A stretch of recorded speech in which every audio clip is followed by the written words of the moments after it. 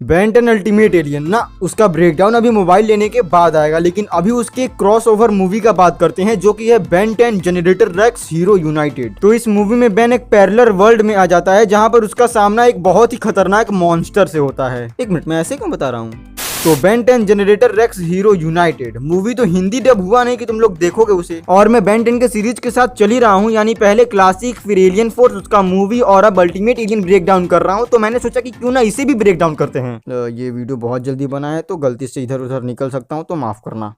तो बिना कोई टाइम वेस्ट किए चलो चलते हैं इन video titled Ben 10 generator Rex hero united story breakdown. तो स्टोरी स्टार्ट होती है न्यूयॉर्क सिटी से, जहां पर सब नॉर्मल चल रहा था और रेक्स 6 के साथ फ्रेंडली फाइट कर रहा था, जिसके बीच में वो अपना थीम सॉन्ग गाया। एक्चुअली उसे एक अपना थीम सॉन्ग चाहिए था जो कि कोई नहीं दे रहा था, तो वो अपना खुद बना लिया। फाइट के बाद जब वो रेस्ट कर रहे थे तभी शहर में एक जोरदार धमाका हुआ और देखा गया तो वो एक एनर्जी बॉल था और उसमें से लाइटनिंग आ रहा था, मतलब आसमानी बिजली। तो प्रोविडेंस उसे रोकने गए। एक्चुअली रेक्स भी प्रोविडेंस के ही साथ काम करता है। तो वहाँ रेक्स तैयारी करके उस एनर्जी बॉल के पास गया, तो वो पहले सोच में पड़ गया कि वो अटैक किस पर करे, लेकिन तभी उसमें से कुछ दिखने लगा और देखते ही देखते वो चीज रेक्स को एक जोरदार पंच मारती है। उसके बाद रेक्स तो जमीन पर आ गया और वो चीज कोई और नहीं बल्कि बेन था, बेन टेनिसन। अब एक ट्विस्ट की बात बताऊं, वो दोनों यानी प्रोविडेंस और बेन एक दूसरे को विलन समझकर फाइट कर रहे थे। और रही बात और सभी प्रोविडेंस एजेंट का, जैसे सिक्स, बोबो और हॉलीडे, तो वो भी रेक्स का हेल्प ही कर रहे थे। तो रेक्स और बेन में फाइट हो ही रहा था, तभी उस एनर्जी बॉल में से एक और क्रिएचर बाहर आता है जो कि कुछ रोबोट ड्रोन जैसा लग रहा था। तो अब रेक्स उसे देखकर सिक्स और बोबो से बोला, रुकमणी के मेरे साथ ये सब नहीं होगा। ओके ठीक है, अब तुम बहुत साथ दे दिए मेरा। तो अब मैं ही बता देता हूँ, रेक्स ने सिक्स और बोबो को उस ड्रोन को संभालने के लिए बोलकर खुद बेन से फाइट कर रहा था, और उधर प्रोविडेंस का शिप उस एनर्जी बॉल को डिस्ट्रॉय कर रही थी। एंड वन थिंग मोर, मुझे मेरा अंतरात्मा चिल्ला कर कह रहा है कि ये कोई एनर्जी बॉल नहीं बल्कि एक तरह का पोर्टल है जिसमें से बेन और वो ड्रोन आए। वैसे अब बेन ह्यूमंगासॉर से डायमंड हेड में ट्रांसफॉर्म हो गया, जिससे रेक्स को लगा कि वो एक ईवो है, मतलब कि उसे नैनाइट्स कंट्रोल कर रहा है, और रेक्स उसका हेल्प कर रहा था उसे फ्री करने में, मतलब कि रेक्स नैनाइट्स को कंट्रोल कर सकता है। लेकिन बेन कोई ईवो नहीं था, तो उस पर उसका कोई असर नहीं हुआ और वो दोनों फिर से लड़ने लगे। उधर वो ड्रोन शहर में तबाही मचाकर इन दोनों को लड़ते हुए देख रहा था, मगर तभी उसके सामने सिक्स आकर उससे फाइट करने लगा, लेकिन उसका स्किल इसके सामने कुछ खास रंग नहीं दिखा रहा था। और फाइट के बीच में हॉलीडे उसे स्कैन करके बताती है कि वो ड्रोन नॉन लिविंग है, मतलब उसे कोई बनाया है। फिर सीन शिफ्ट होता है बेन और रेक्स पर, जो कि फाइट करते करते ब्रुकलिन ब्रिज पर आ गए थे। तो मैं आगे बढ़ूं उससे पहले मैं तुम्हें बता दूं कि इस मूवी में एक और कैरेक्टर को इंट्रोड्यूस कराया गया है, जो कि अभी तक सिर्फ मॉनिटर पर हॉलीडे से बात करते हुए दिखाया गया है। उसका नाम साइजर है और वो रेक्स का भाई है। अभी के लिए तुम इतना जानो। तो वो दोनों अब भी ब्रिज पर फाइट कर रहे थे एंड बेन अब लॉर्ड स्टार में ट्रांसफॉर्म होकर रेक्स को मैग्नेटाइज करना चाहा, लेकिन जो नैनाइट्स है वो मेटल का बना ही नहीं है। फिर उधर सिक्स उस ड्रोन को फाइट करते समय उसका एक पार्ट काट दिए थे, जो कि अब उसे सीजर रिसर्च के लिए लेकर जा रहा था, लेकिन तभी उसे ड्रोन देख लिया और उसका पीछा कर ही रहा था। तब से सिक्स आकर उससे फाइट करने लगा एंड इधर रेक्स और बेन एक बिल्डिंग के ऊपर फाइट कर रहे थे, मगर तभी वहां का एक बिलबोर्ड नीचे गिरने लगा। तो वो दोनों फाइट को रोककर पहले पब्लिक को बचाने लगे एंड यही तो होता है हीरो की पता नहीं क्या कहते हैं।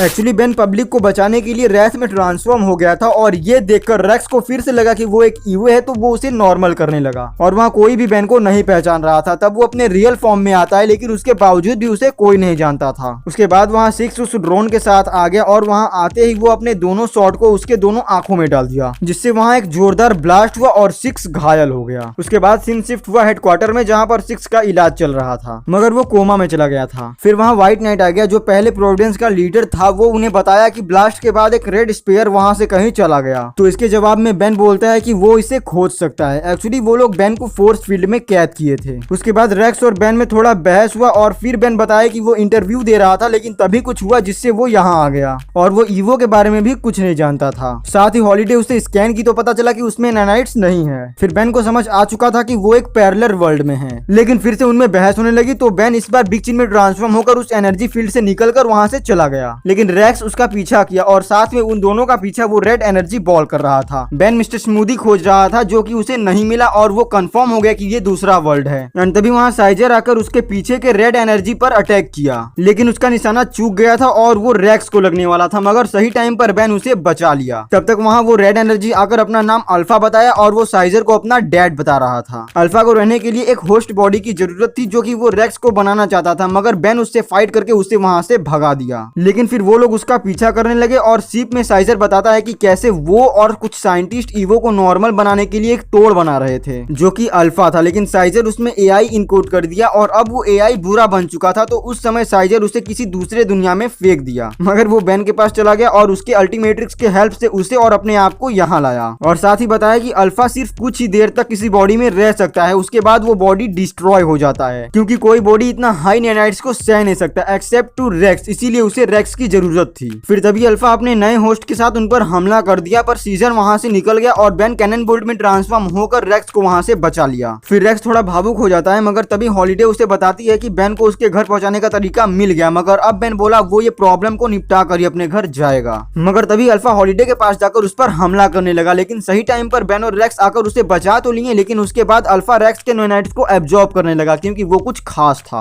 और वो नैनाइट्स को कंट्रोल कर सकता था। और अल्फा को उसे एब्जॉर्ब करते हुए उसके अंदर का ओमेगा दिखा, नहीं ओम वाला ओमेगा नहीं, एक्चुअली रेक्स के अंदर का ओमेगा ही उसे खास बनाता था, इसीलिए वो नैनाइट्स को कंट्रोल कर सकता है। लेकिन तब तक हॉलिडे उस पर अटैक कर दी जिससे वो रेक्स को छोड़कर वहां से भाग गया। फिर सीन शिफ्ट हुआ बास्केटबॉल ग्राउंड पर, जहां बेन और रेक्स अपने पास्ट को बताते हैं कि कैसे बेन को ओमनिट्रिक्स मिला और कैसे रेक्स को नैनाइट पावर मिला और वो लोगों को अपने पावर से बचाता है। लेकिन तभी उन्हें हेडक्वार्टर से कॉल आता है और पता चलता है कि अल्फा बगजार के सिक्योरिटी को तोड़ लिया। बगजार में बहुत सारे ईवो बग्स को कैद कर रखा गया था। तो जब वो सब वहां पर पहुंचते हैं तब तक अल्फा उन सभी बग्स के नैनाइट्स को एब्जॉर्ब करके इस फॉर्म में आ गया था। और उसके बाद क्या, उनमें फाइट स्टार्ट हो गया एंड अल्फा अल्टीमेट्रिक्स को कॉपी करके बेन के एलियंस में ट्रांसफॉर्म होकर उन्हीं पर हमला कर रहा था। फिर रेक्स उस पर अटैक करके उसके अंदर से अल्टीमेट्रिक्स के पावर को इरेज तो कर देता है, मगर उसके बाद अल्फा रेक्स के ओमेगा को उससे छीन लेता है और उससे अब वो अल्फा ओमेगा बन चुका था जो कि पिछले वाले से कहीं गुना ज्यादा पावरफुल था। और अब तो वो ओमेगा के हेल्प से अपने आसपास के मैटर को सिंथेसाइज करके नैनाइट्स बना रहा था। ये सब देखकर रेक्स बिल्कुल हार ही मान लिया था, मगर तभी बेन को एक आइडिया आया और वो अपग्रेड में ट्रांसफॉर्म होकर रेक्स से मर्ज हो गया। एंड अब जो कुछ भी रेक्स बनाता उसे बेन अपग्रेड कर देता, उससे वो अल्फा ओमेगा से फाइट किए एंड काफी समय बाद आखिरकार कैनन बोल्ट अल्फा में से ओमेगा को अलग कर ही देता है। लेकिन उसके बावजूद भी अल्फा अभी हारा नहीं था, तो अब रेक्स अपने नैनाइट कंट्रोल एबिलिटी से उसे हाईली कंप्रेस करके कुछ ऐसा बना दिया। और तब तक वहां साइजर आकर उसमें से ओमेगा को अलग कर दिया और बेन के लिए एक पोर्टल बना दिया। लेकिन अब बात आ रही थी कि अल्फा का क्या किया जाए, तब बेन अपचक में ट्रांसफॉर्म होकर उसे खा लिया। सच में खा लिया। और तुम्हें अपचक के पेट के बारे में तो पता ही है। उसके बाद बेन वहां से अपने अर्थ पर लौट गया एंड इधर साइजर ओमेगा को रेक्स में इंजेक्ट कर दिया। मगर रेक्स को डाउट था कि साइजर कहीं गलती से ओमेगा नैनाइट्स की जगह अल्फा को तो नहीं इंजेक्ट कर दिया, तो इसका चांस 99.998% था, मगर था। और अब तक 6 भी ऑलमोस्ट ठीक हो गया था, मतलब ये सीन हैप्पी एंडिंग के लिए बिल्कुल बेस्ट था। मगर तभी सीन शिफ्ट हो जाता है नल वाइड में, जहां पर अल्फा,